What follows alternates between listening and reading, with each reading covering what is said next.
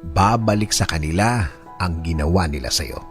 Kung may ginawa silang masama, kung may ginawa silang hindi mo gusto at grabe ang naging epekto sa iyo at nadamay ang ibang tao, hindi iisa ang araw. Babaliktad at babaliktad ang oras na ginawa nila sa iyo. Ang mga araw na hindi ka makatulog, babalik yan sa kanila. Kaya mga ginagawa nila, huwag pansinin at mag-move on. Lagi kong sinasabi na huwag gaganti. Huwag gagawa ng isang bagay na baka bumalik din sa iyo. Huwag susuklian ng masama ng kasamaan din. Baka kasi hindi mo makontrol ang sarili mo at baka may masaktan ka din nang hindi mo sinasadya. Minsan ang akala nila kapag nanahimik tayo, akala nila mahina ka. Akala nila tinatanggap mo ang pagiging api mo. Hindi. Hinahayaan mo lang ang dapat mangyari. Hinahayaan mo lang ang dapat na maging sitwasyon niya. Hinahayaan mo lang na makuha niya ang deserve niya.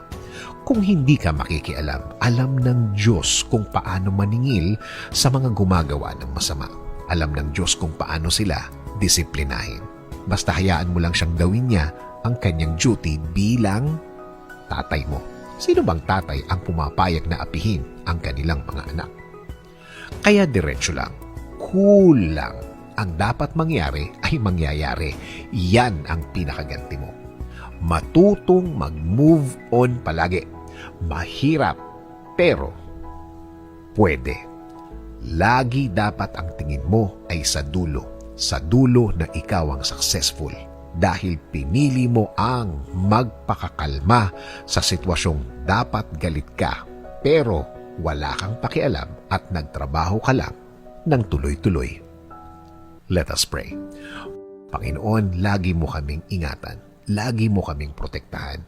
Lagi mo kaming ilayo sa mga taong walang alam gawin kundi ang manakit ng kapwa nila. Mag-isip ng masama sa kapwa nila. Patuloy nyo kaming i-guide sa tahimik na sitwasyon ng buhay.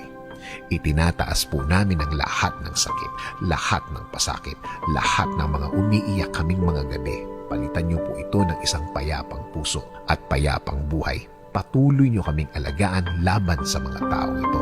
Alam namin na hindi ka natutulog at alam namin na alam mo ang lahat ng mga nangyari at mga nangyayari. Alam namin na makukuha ng mga taong ito ang kanilang dapat na kalagyan. Sa ngayon, sa iyo kami Lord, huhugot ng lakas, kakapit at maniniwala na ang lahat ay maaayos.